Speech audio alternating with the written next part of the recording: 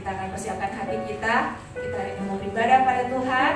Kita mau fokus sama Tuhan hari ini. Kita mau tundukkan kepala. Mari kita berdoa. Tuhan, terima kasih untuk hari ini, pagi yang indah ini Tuhan. Kami sungguh bersyukur kami boleh ada di tempat ini kembali Tuhan. Kami bersyukur kami boleh ada. Kami ingin beribadah kepadamu Tuhan. Ini setiap kami Tuhan yang datang dan rindu akan Engkau Tuhan. Kiranya Tuhan Kau memimpin ibadah kami dari awal pertengahan hingga pada akhirnya. Dan kami yakin Tuhan nama-Mu akan dimuliakan. Terima kasih Tuhan, kami siap untuk memulai ibadah kami pada pagi hari ini. Hanya di dalam nama Tuhan Yesus. Haleluya. Amin. Sekali lagi dong saya mau sapa, walaupun agak sepi nih teman-teman kita lagi masih berlibur nih. Shalom semuanya. Wah, hebat, luar biasa. Mari kita mau menyiapkan hati kita.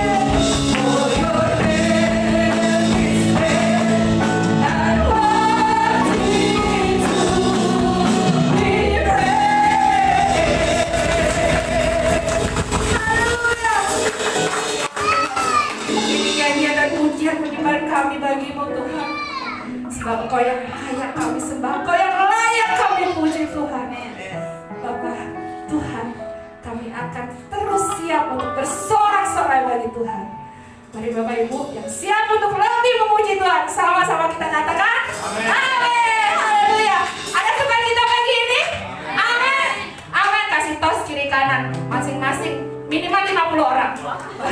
Katakan, aku mau bersorak buat Tuhan. Haleluya. Yeay. Kita mau tinggikan Tuhan. Kita mau besarkan nama Tuhan. Amin. Yeay.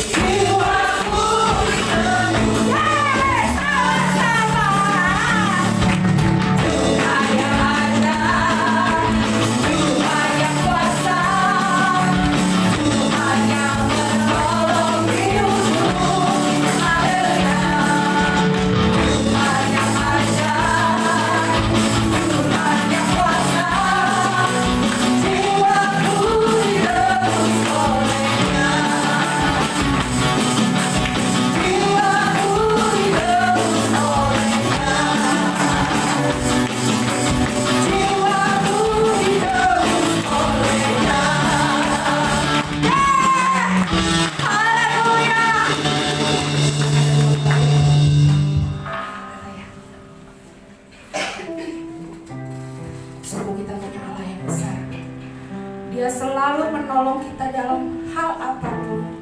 Sesulit kehidupan kita apapun itu, Tuhan pasti menolong kita.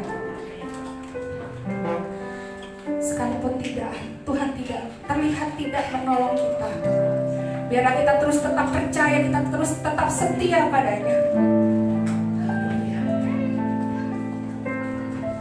Singer akan angkat pujian ini.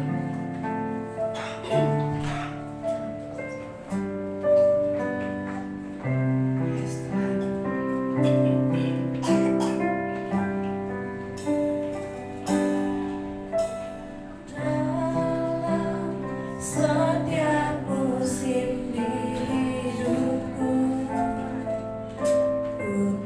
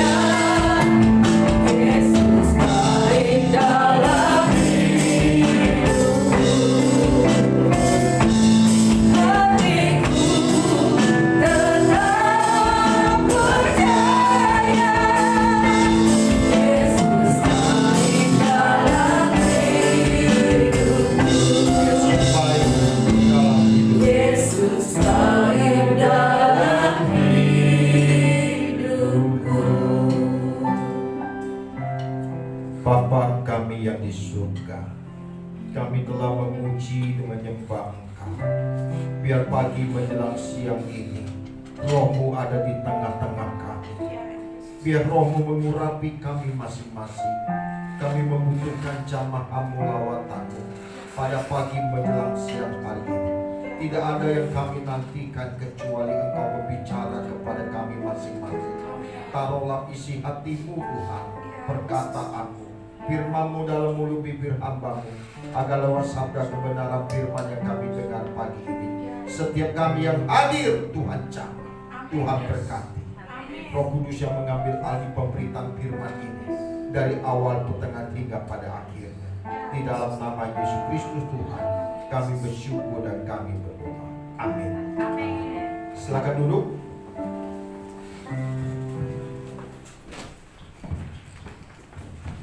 Shalom. Selamat pagi Bapak Ibu yang terkasih dalam Tuhan. Apakah suara saya sampai belakang? Bisa dikit ya? Supaya sayanya nggak terlalu agak santai dikit. Shalom. Mantap kan? Masih dalam suasana libur ya. Jemaatnya belum kumpul semua, tapi Bapak Ibu yang hadir orang-orang yang hebat. Luar biasa. Pagi ini ada pesan khusus yang akan Tuhan sampaikan bagi kita sekalian. Saya minta kita memperhatikan dengan sesama apa yang akan saya sampaikan pagi ini.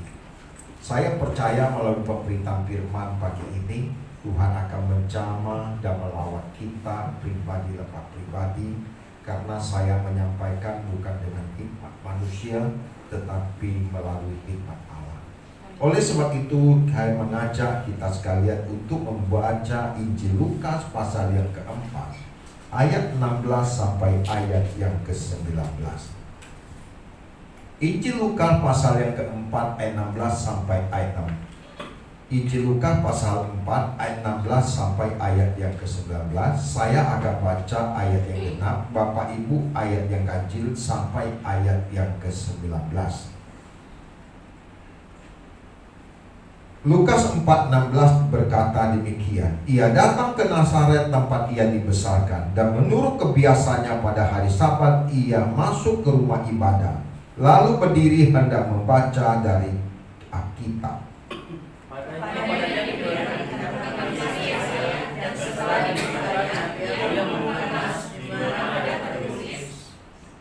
Roh Allah, Roh Tuhan ada padaku, oleh sebab ia telah mengurapi aku untuk menyampaikan kabar baik kepada orang-orang miskin, dan ia telah mengutus aku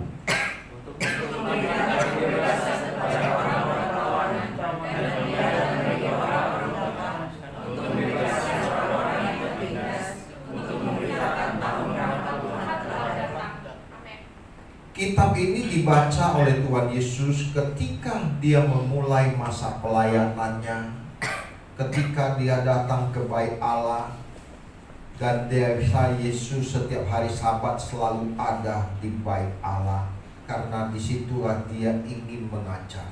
Suatu ketika dalam perjalanan di keramaian, ternyata Tuhan Yesus harus terpisah dengan orang tuanya. Kemudian orang tuanya mencari kemana anak ini. Pada waktu itu Yesus masih umur 12 tahun. Tetapi ketika orang tuanya Yusuf dan Maria, ternyata Tuhan Yesus sedang di bait Allah. Dan ketika di bait Allah, Tuhan Yesus membaca nas ini yang terambil dari kitab Yesaya. Sebelum Tuhan Yesus lahir, di dalam Yesaya 61 ayat 1 sampai yang kedua dan seterusnya, kita membaca bahwa ada sosok atau pribadi yang akan datang untuk melawat bangsa Israel pada masa itu. Karena masa itu adalah masa yang sulit bagi bangsa Israel, karena bangsa Israel sedang hidup dalam penjajahan di Roma, dan mereka dalam tawanan, dalam tekanan. Tetapi Tuhan Yesus hadir pada zaman itu untuk memberitakan kabar baik bahwa Roh Tuhan ada padanya. Sebab ia telah mengurapi aku untuk menyampaikan kabar baik kepada orang-orang yang miskin, dan Ia telah mengutus aku untuk memberitakan pembebasan kepada orang-orang tawanan dan penglihatan bagi orang-orang yang buta, untuk membebaskan orang-orang yang tertindas, untuk memberitakan tahun rahmat telah datang. Kabar baik ini Tuhan Yesus sampaikan kepada mereka karena pada saat itulah mereka sedang menantikan seorang Mesias yang akan membebaskan mereka dari perbudakan di Mesir. Pada masa itu mereka hidup dalam kekhawatiran, kecemasan, tidak memiliki harapan. Tetapi Tuhan menyatakan Dia akan menyampaikan kabar baik kepada orang yang miskin. Kabar baik itu yang dimaksud ada karya keselamatan yang telah dinubuatkan oleh para nabi, akan datang seorang pribadi yang bernama Kristus untuk membebaskan bangsa Israel dari perbudakan. Tentu perbudakan yang dimaksud oleh Tuhan Yesus bukan perbudakan secara fisik yang dialami oleh bangsa Israel ketika mereka ditawan di Mesir selama 430 tahun. Perbudakan yang dialami oleh bangsa Israel 430 tahun itu adalah masa-masa kegelapan atau masa-masa penderitaan yang dialami oleh bangsa Israel. Sehingga Allah harus mengutus seorang nabi yang bernama Musa untuk membebaskan bangsa Israel menghadapi Firaun yang begitu keras, tegal tengkuk dan tidak tunduk kepada siapapun, sampai Tuhan memberikan tulah kepada mereka.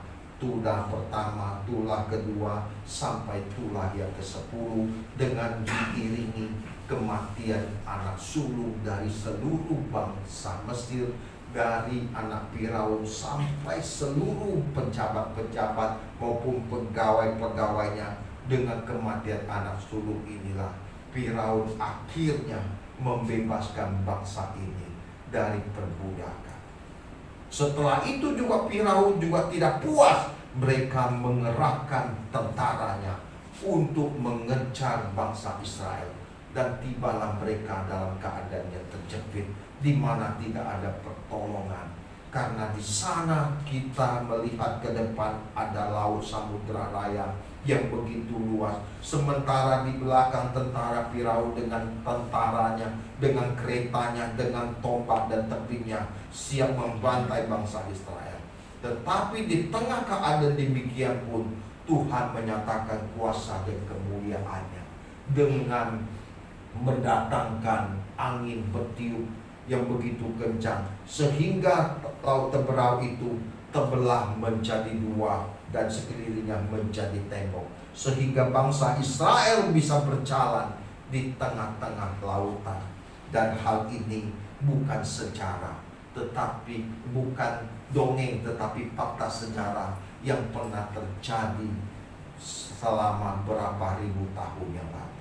Dan hari ini kita ada sebagaimana kita ada karena Tuhan ingin menyampaikan kabar baik kepada setiap yang tertawan. Di dalam 1 Petrus 2, kita adalah bangsa yang terpilih, imamat yang rajani, umat kepunyaan Allah. Kita dipanggil dari kegelapan untuk memberitakan perbuatan-perbuatan yang besar dari Dia.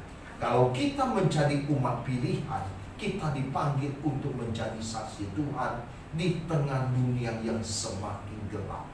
Kehadiran kita harus menjadi saksi Kristus, karena kita telah dipanggil dari kegelapan kepada terang yang ajaib, untuk memberitakan bahwa Allah yang kita sembah adalah Allah yang berdaulat, yang tidak pernah berubah, yang dapat melakukan perkara-perkara yang besar. Dan bersama dengan Tuhan tidak ada sesuatu yang mustahil. Dan hari ini kita menyatakan bahwa kita adalah umat pilihan. Kita dipanggil untuk menjadi saksi di tengah dunia yang semakin gelap. Jangan berpikir kita masih muda, kita tidak bisa menjadi saksi. Yang menjadi saksi hanya seorang majelis, seorang penatua atau pendeta. Tetapi setiap orang yang percaya dan mengaku Yesus Kristus adalah Tuhan, kita dipanggil untuk menjadi saksi. Mari saya mengajak kita membuka dari 1 Petrus pasal yang kedua ini, supaya kita bisa memahami dengan jelas kalimat demi kalimat dalam ayat yang ke-9 sampai ayat yang ke-10. Tetapi kamulah bangsa yang terpilih, imamat yang rajani, bangsa yang kudus, umat kepunyaan Allah sendiri, supaya kamu memberitakan perbuatan-perbuatan yang besar dari Dia yang telah memanggil kamu keluar dari kegelapan kepada terang yang ajaib. Ayat 10. Kamu yang dahulu bukan umat Allah, tetapi yang sekarang telah menjadi umatnya, yang dahulu tidak dikasihani, tetapi sekarang telah beroleh belas kasih. Kita harus menghayati ayat ini secara mendalam.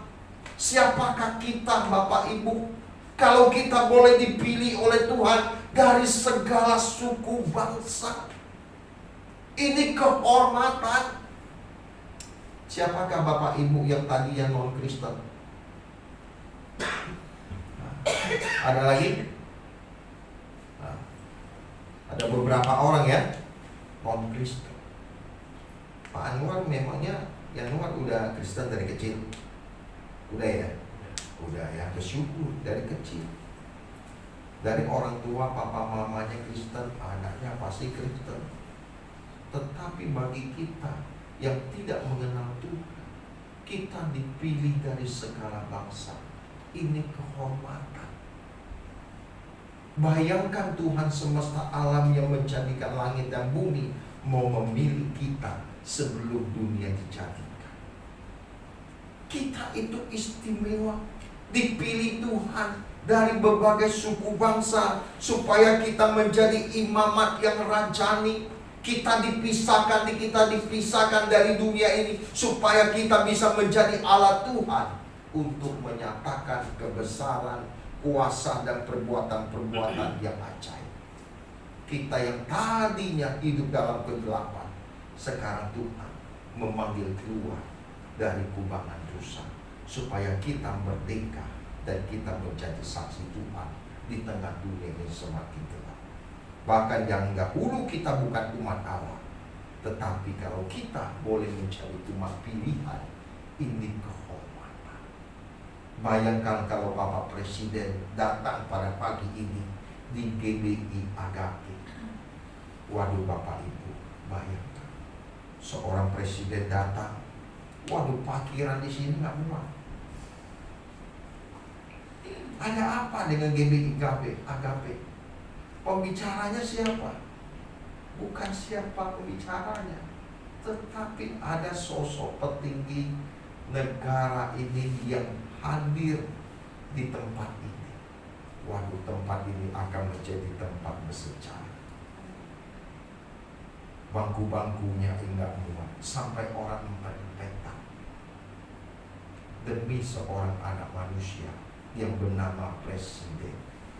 Kita mau hadir.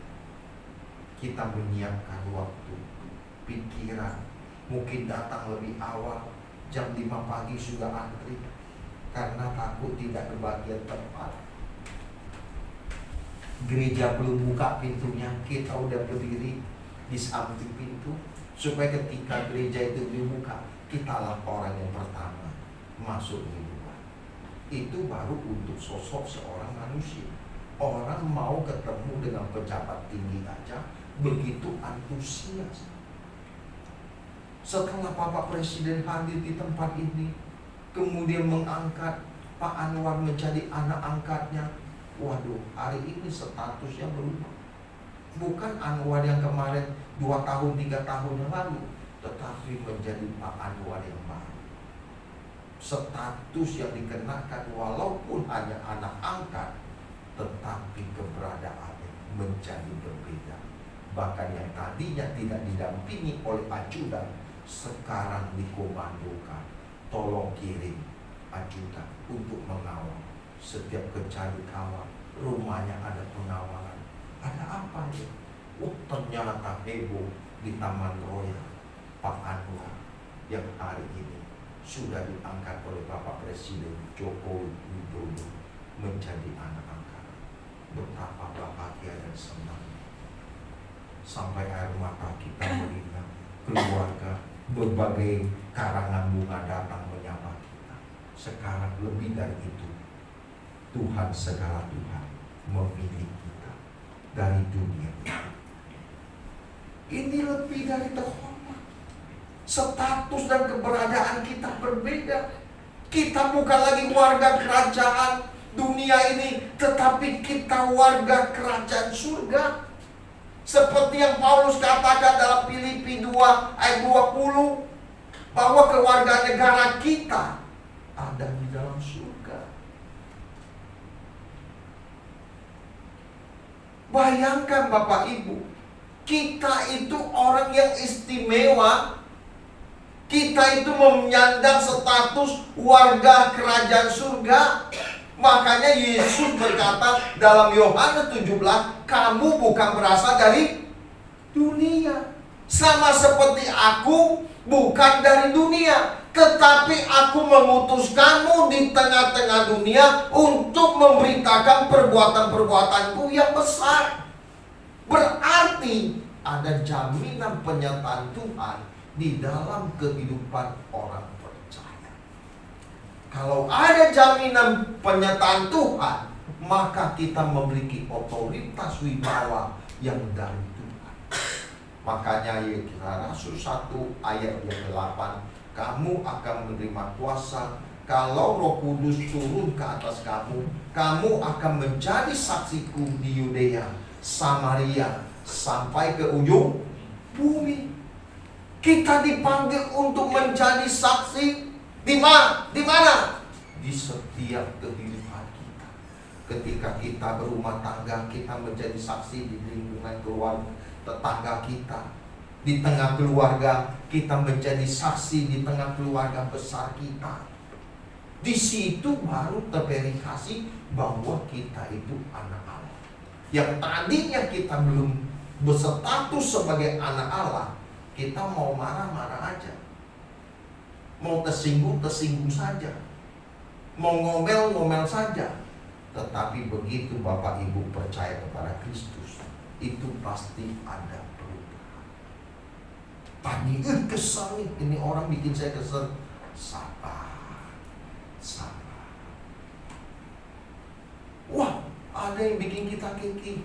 Udah sabar, kata Tuhan. Sabar sih, sabar Tuhan, tapi dia lukai saya. Ya, kamu harus mengalah, kamu harus mengampuni. Ya, mengampuni sih mengampuni, tapi berapa kali Tuhan? Oh, 7 kali, 70 kali. Waduh, banyak amat Tuhan. Artinya tidak terbatas.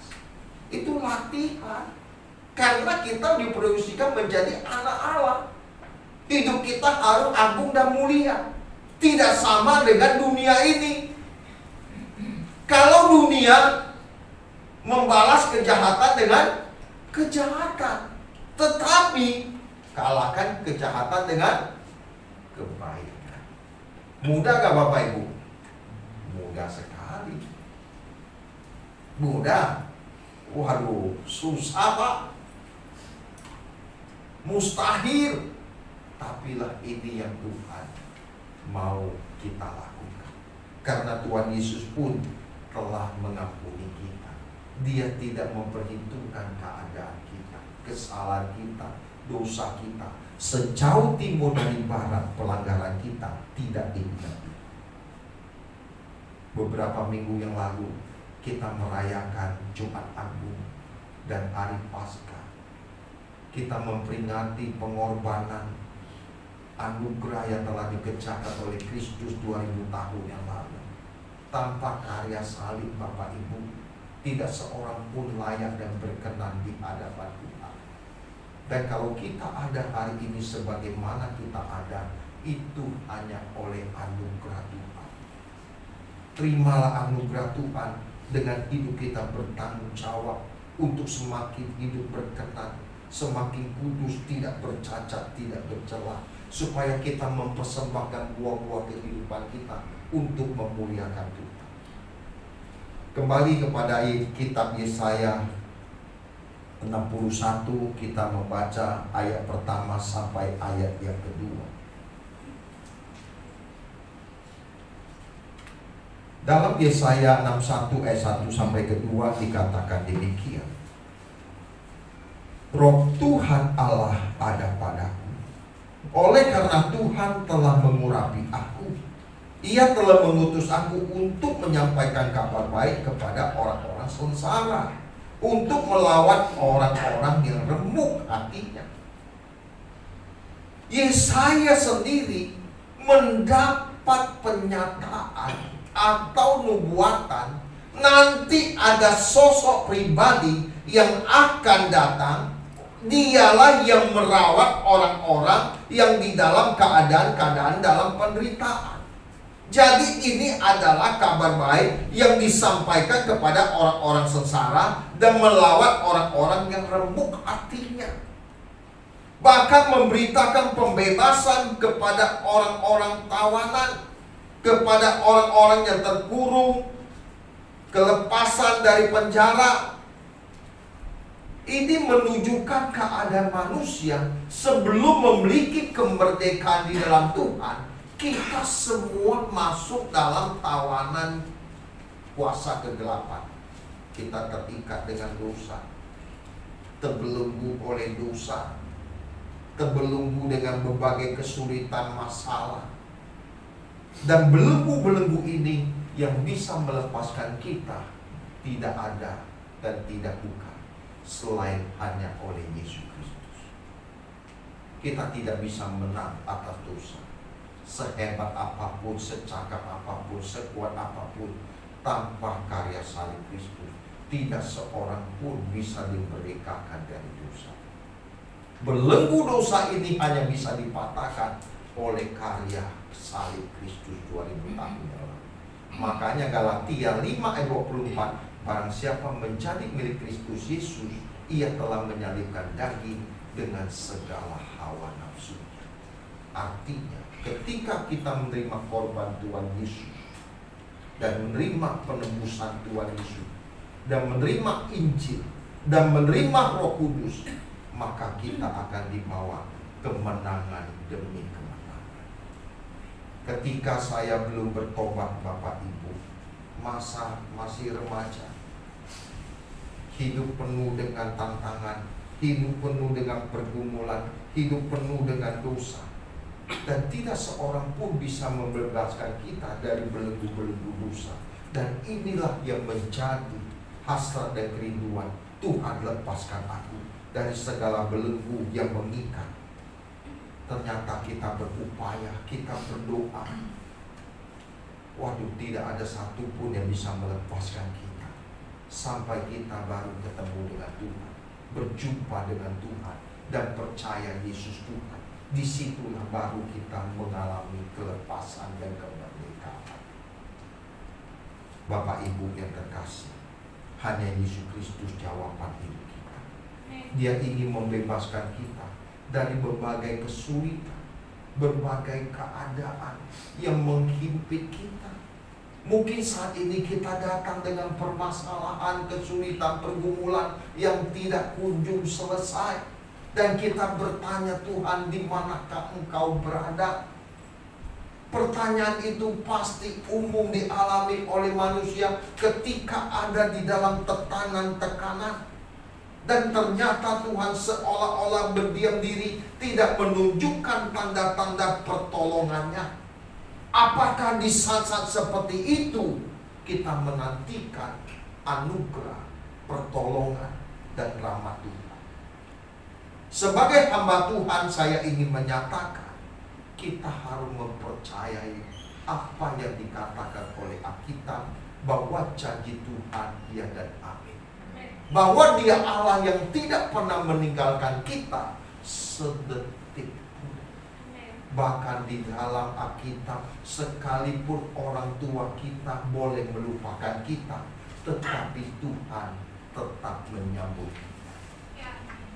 Di tengah pergumulan hidup, percaya Tuhan hadir, dan Tuhan ingin membawa kita terbang semakin mengenal dengan Dia. Justru persoalan hidup, tantangan hidup, pergumulan hidup, Tuhan izinkan terjadi dalam hidup kita untuk kita berjalan dengan Tuhan. Tidak ada orang yang hebat dalam hidup ini jalan hidupnya mudah. Perhatikan orang-orang yang hebat, pasti diproses oleh Tuhan dengan tantangan, dengan kesulitan, dengan pergumulan.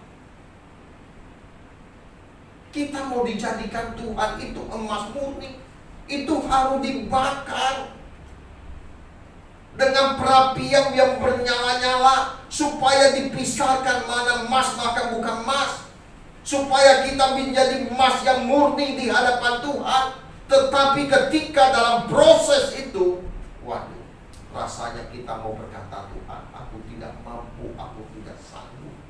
Tetapi kalau kita melerakan, kita dibentuk oleh Tuhan menjadi bencana yang indah, kita mempercayakan Dia tidak pernah melukai kita. Dia sang penjunan agung. Dia sang penjunan agung. Mungkin hari ini kita tidak diperhitungkan, kita tidak dianggap, bahkan kita dilukai, dilecehkan. Tetapi saya mau katakan, Tuhan tidak pernah meninggalkan. Kita mengambil contoh dari kisah Daud. Sebelum Daud diangkat menjadi seorang raja untuk menggantikan Samuel yang telah ditolak oleh Tuhan, karena Saul ini tidak dengar-dengaran akan Tuhan, sehingga roh Tuhan undur daripada Saul. Kemudian Tuhan berbicara kepada seorang hambanya yang bernama Samuel. Kamu pergi ke rumah Isai, aku akan mengganti dan menunjuk dari keturunan Isai untuk menggantikan Saul menjadi raja. Masuklah Samuel ke rumah Isai.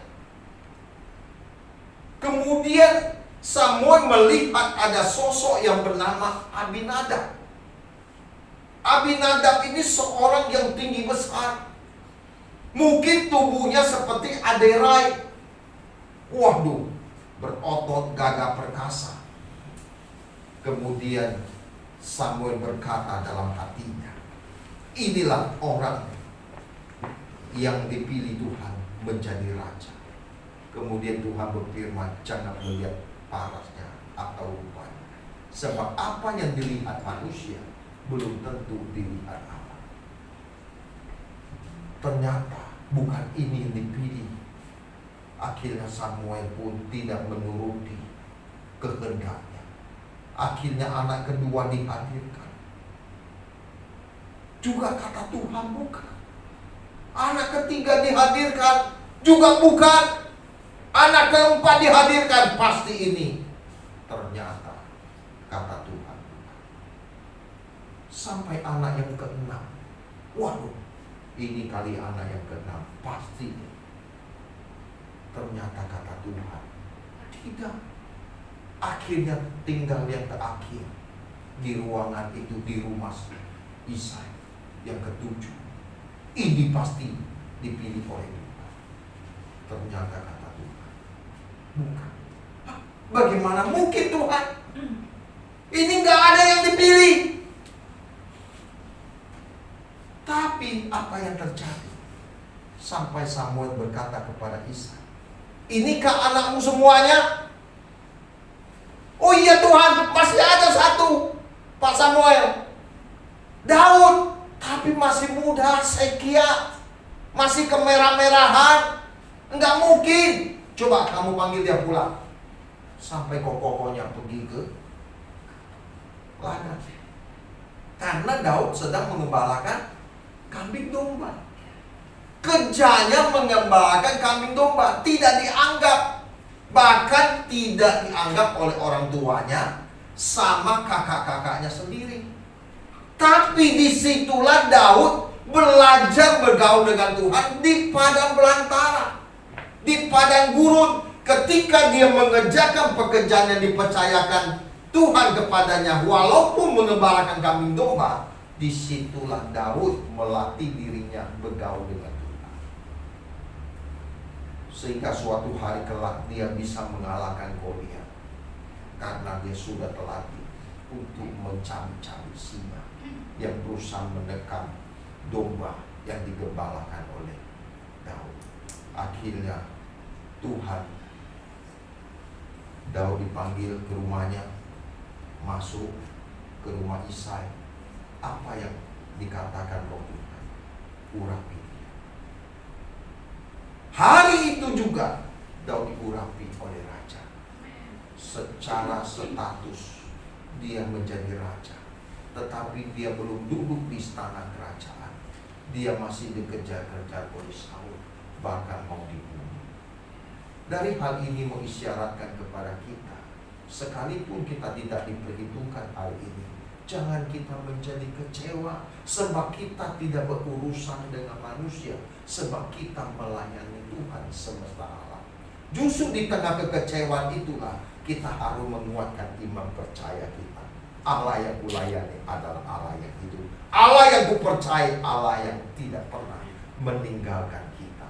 Makanya Tuhan Yesus hadir, dia memberitakan kabar baik kepada orang-orang yang sengsara, merawat orang-orang yang remuk hatinya, yang di dalam tekanan, yang di dalam kesulitan, di dalam pergumulan, yang bisa membebaskan kita.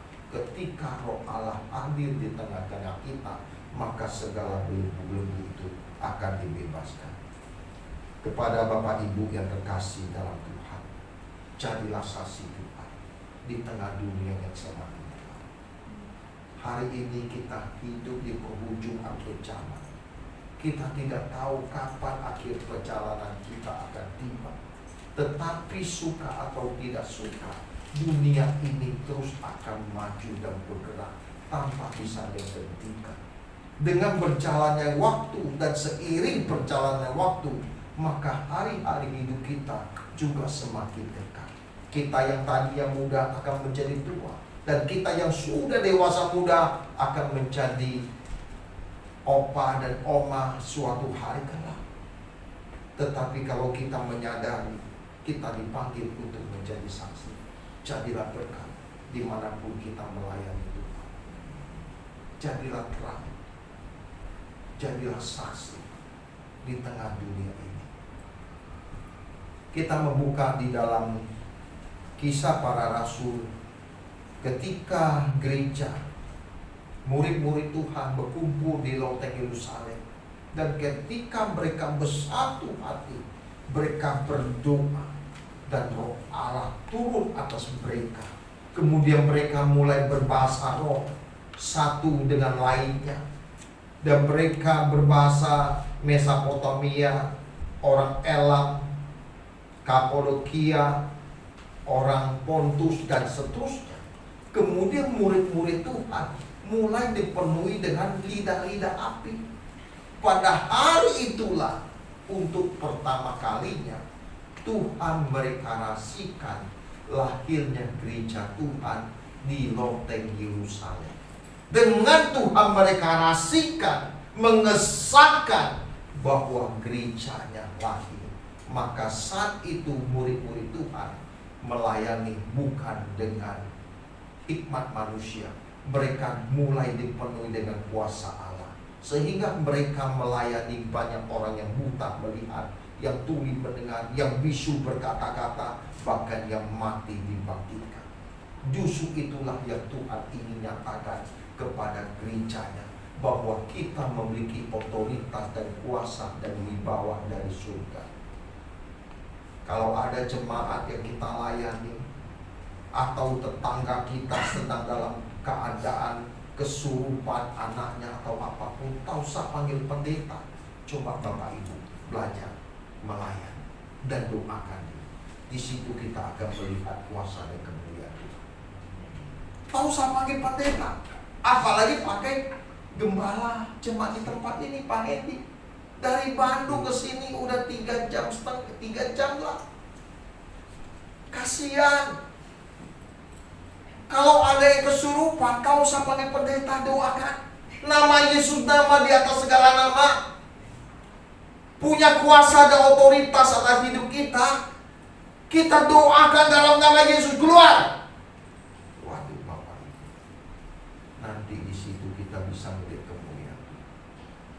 ternyata yang hebat bukan kita, karena Yesus yang hebat. Karena Dia bertata dalam hidup kita, kita mau dijadikan alat dan bencana. Gunakan kuasa itu. Ketika saya masih remaja bertobat, saya bertobat itu sekitar umur 16 tahun. 15-16 tahun kan, sekitar segitu.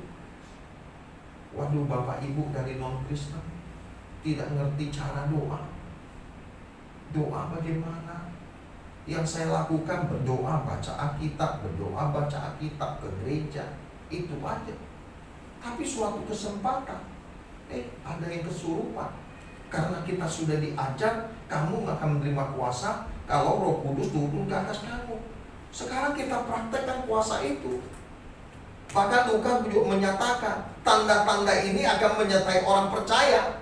Mereka menumpangkan tangan di atas orang sakit, orang itu sembuh. Kita praktekkan dalam nama Yesus. Saya tanya keluar. Wah, sampai teriak-teriak. Saya punya pengalaman pribadi Bapak Ibu. Ketika saya berdoa, biasa minimal 1 jam lebih. Ketika awal-awal pertobatan saya, tidak ada hari tanpa doa, tidak ada hari tanpa baca Alkitab, karena yang kita pikirkan hanya Tuhan dan Tuhan. Saya berdoa di satu ruangan. Itu kira-kira pada malam hari, kurang lebih jam 7 atau jam 8 saya berdoa. Biasa saya tinggal di rumah sama tante saya, dan dia ada pembantu. Dan pembantunya ini Bapak Ibu, dia dibilang umur udah sekitar hampir 50. Dan pembantu ini sumbing. Tahu sumbing? Tengah-tengah lagi. Wah, mungkin pada zaman itu dokter belum secanggih hari ini ya, sehingga dia nggak dijahit. Jadi sumbingnya itu tetap kelihatan di tengah-tengah belahannya. Karyawan rata-rata dari tante saya itu pria. Bayangkan, karyawan saya kok naksirnya sama dia semua. Saya nggak mengerti itu. Bahkan menjadi rebutan. Bukan hanya karyawan dari tante saya, termasuk tetangga-tetangga yang ada sekeliling tante saya juga naksir sama dia. Waduh, Bapak Ibu, kita juga bingung. Ya udah, namanya hidup, namanya kita kejar ya kejar. Saya kan bantu tante saya. Tapi ketika saya berdoa pada malam itu kurang lebih jam 8, saya berdoa, saya menyembah, memuji Tuhan. Tahu-tahu dia masuk ke ruangan saya. Dia mau beres-beres, dia mau bersih-bersih. Ketika saya menyembah dalam pujian penyembahan bahasa roh, kemudian masuk Bapak Ibu. Dia masuk, dia langsung tersungkur. Dia langsung tersungkur, saya doakan. Belum saya jamah begitu, dia rebah langsung. Wah, langsung manifestasi. Waduh, besar. Saya belum punya pengalaman loh. Pelayanan pelepasan waktu itu. Waduh, rebah, teriak-teriak. Waduh, tenaganya kuat banget. Saya bilang, dalam nama Yesus, diam. Diam. Saya ikat engkau dalam nama Yesus, diam. Waduh, dia ngamuk lagi. Waduh, bingung. Waduh, aku haus, aku panas. Waduh, aku bingung juga. Akhirnya bekas pel dia Bapak Ibu.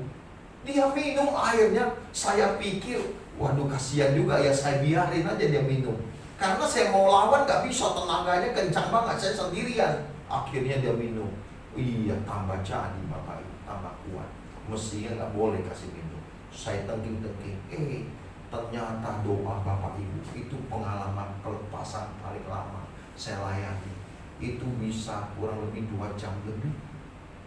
Bayangkan, susuknya banyak banget keluar Bapak Ibu. Susuknya ada yang di sini, ada yang di sini. Waduh, pantasan aja pria-pria pada tepan naksir sama yang wanita yang pakai susuk ini. Walaupun jelek-jelek jadi manis. ketika dipakai susu. Tuhan mau pakai kita, menyatakan kuasa dan kemuliaan. Jangan pandang diri kita itu kecil. Jangan pandang kita itu tidak punya apa-apa. Justru kita telah dipanggil dari kegelapan kepada terang yang ajaib untuk memberitakan perbuatan-perbuatan tangannya. Mulai hari ini kita mau deklarasikan kuasa Tuhan, kemuliaan Tuhan lewat hidup kita. Jadilah saksi Tuhan di tengah dunia yang semakin dekat. Ya, kita mau doakan orang yang sakit. Ada tabib di atas segala tabib, dokter di atas segala dokter, Tuhan di atas segala Tuhan. Percaya, roh Tuhan yang ada pada kita lebih besar dari segala roh yang ada di dunia.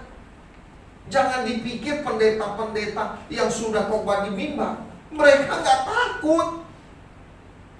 Kadang-kadang kalau untuk pelepasan, pelayanan, ngusir-ngusir setan, disuruhnya saya.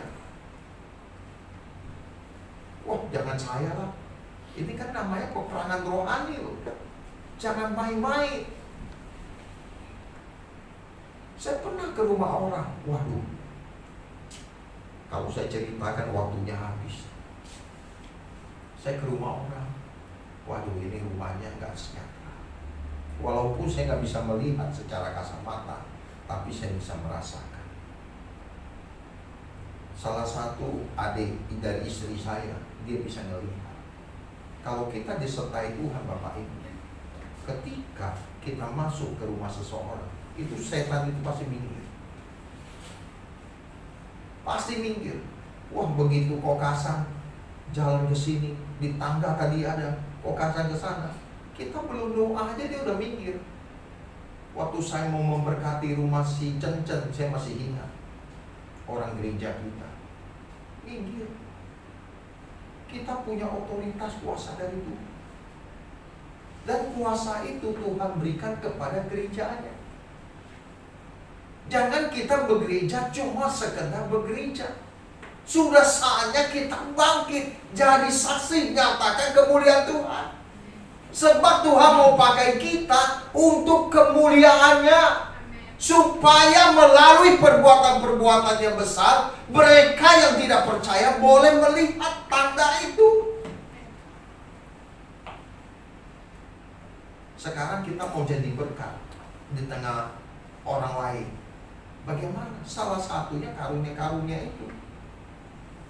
Wah, tetangga ini, kalau untuk Konghucu ya Bapak Ibu, saya dari Konghucu dulu, tusuk sini, nembus ini dicabut, enggak berdarah. Coba kalau pendeta disusuk, tembus ini, langsung ke rumah sakit. Benar gak? Pendeta itu manusia dicubit dua sakit. Saya makannya juga nasi Bapak Ibu, bukan makan beling. Coba saya dari Konghucu, ditusuk dari sini, kayak Singkawang ini tembus ke sini, dicabut gak luka. Jalan di atas bara, kakinya gak ada yang jadi apa? Terkupas begitu. Bayangkan, itu yang membuat saya sulit percaya kepada Tuhan. Karena saya masa kecil di Kelenteng, saya sudah menyaksikan hal-hal begitu. Tombak, waduh, ditusuk Bapak Ibu, itu nggak lecet. Pisau, wah, digores-gores. Jangan cuma kita bangga mujizat ada di Kristen, betul, tapi di agama-agama lain mujizat juga ada. Justru kita punya mujizat lebih hebat. Kita nggak butuh syarat apapun, asal lu hidup benar, hidup suci, hidup dalam doa, melakukan firman, kamu punya otoritas dan kuasa. Sehingga nanti ketika ada orang yang kesurupan, jangan panggil pendeta. Ini kesempatan Tuhan berikan kepada kita untuk kita praktek. Praktek! Ya, kalau di kantor, coba begini. Praktek. Tahu usah panggil pendeta, kamu punya kuasa. Walaupun kamu masih muda, kamu bukan pendidikan pendidikan teologi ya. Tapi kalau kamu disertai Roh Allah, lihat kuasa Tuhan. Amin. Adik ipar saya, Bapak Ibu, ketika dia pacaran dengan adik saya, dia kan Konghucunya berat sekali. Termasuk yang menghinggapi dia itu Dewa Kuan Im. Benar-benar Dewa Kuan Im. Keluarganya semuanya Dewa Kuan Im. Saya kan pulang ke Pekanbaru Riau. Orang tua saya di sana, ada adik saya masih di situ. Ya namanya dia masih pacaran. Saya udah bilang sama adik, lu jangan carilah orang yang Buddha atau yang apa, seiman lah kalau bisa. Ya namanya udah jatuh cinta susah juga ya. Kita larang ya, tapi saya ya cuma berdoa aja, kalau bisa carilah dan seiman. Tapi seiring waktu, saya kan pulang ke sana mengunjungi orang tua saya. Nah, dia main di rumah adik saya. Saya masuk. Begitu saya masuk, saya salamin. Ini kenal, namanya Ayu. Ini Koko Ale. Ayo. Begitu saya salaman Bapak Ibu, apa yang terjadi? Dia merasa ada aliran kuasa, ada setrum yang mengalir. Dan saya tatap mata dia nggak berani menatap saya. Hari itu saya tahu ini di dalam dirinya ada yang nggak beres. Saya doakan terjadi pelepasan. Waduh, guling sana guling sini, ternyata roh harimau di dalam dirinya. Saya bebaskan, saya doakan. Guling-guling, akhirnya dia dipulihkan dan saya bimbing dia terima Tuhan, dia diselamatkan. Sampai hari ini dia melayani Tuhan di gereja GBI yang ada di Bengkalis. Bayangkan papa mamanya sudah buat, dia kerja di perusahaan paling lama 2 bulan 3 bulan. Kenapa? Setiap dia kerja, dia manifestasi di tempat kerja dia, sehingga orang kantor, bos, pimpinan, waduh kayaknya kamu gak bisa kerja lagi di sini. Bikin orang susah, kesurupan terus. Tidak ada yang bisa menolong dia. Bahkan dia sudah dibawa ke taipak yang paling tinggi. Tolong doakan anak saya supaya dia tidak kesurupan. Enggak bisa. Ternyata dia ketemu saya doakan. Dia mengalami kelepasan. Sampai detik hari ini tidak pernah kapok. Sampai orang tuanya kan semua orang muda. Ya, kalau memang Yesus bisa melepaskan kamu ya gak masalah. Apa yang terjadi? Hari ini dia melayani Tuhan. Kita mau dipakai Tuhan. Persiapkan hidup kita dan untuk kemuliaan.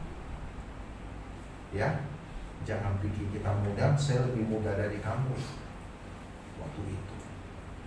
Tapi saya sudah usir setan, mendoakan orang yang kakinya panjang pendek sebelah. Orang ini dipenuhi Roh Kudus. Wah, saksikan kuasa Tuhan. Saya nggak tahu kenapa saya menyampaikan firman hari ini.